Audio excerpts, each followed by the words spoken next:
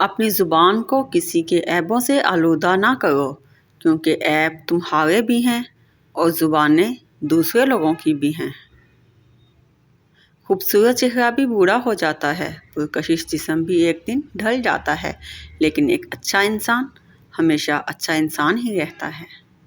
کامیابی حاصل کرنے کے لیے آپ کو اکیلے ہی آگے بڑھنا پڑتا ہے۔ لوگ آپ کے ساتھ تب آتے ہیں جب آپ کامیاب ہو جاتے ہیں۔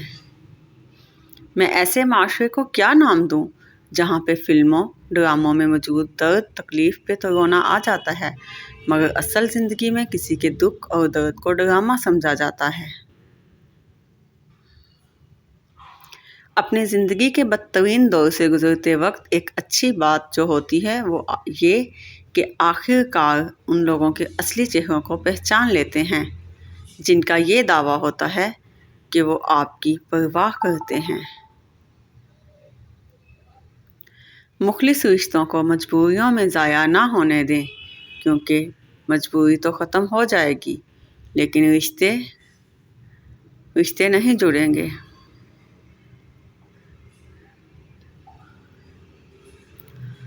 معصوم نظر، بھولا مکھرا انداز، شباب اور شوخ ادا، تصویر کا جب یہ عالم ہے وہ حسن مجسم کیا ہوگا۔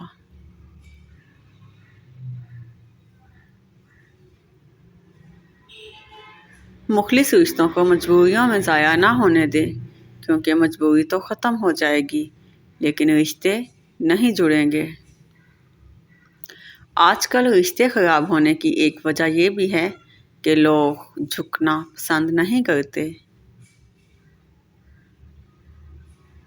کسی رشتے کو کتنی ہی محبت سے باندھ دیا جائے، اگر عزت اور لحاظ چلا جائے تو محبت بھی چلی جاتی ہے۔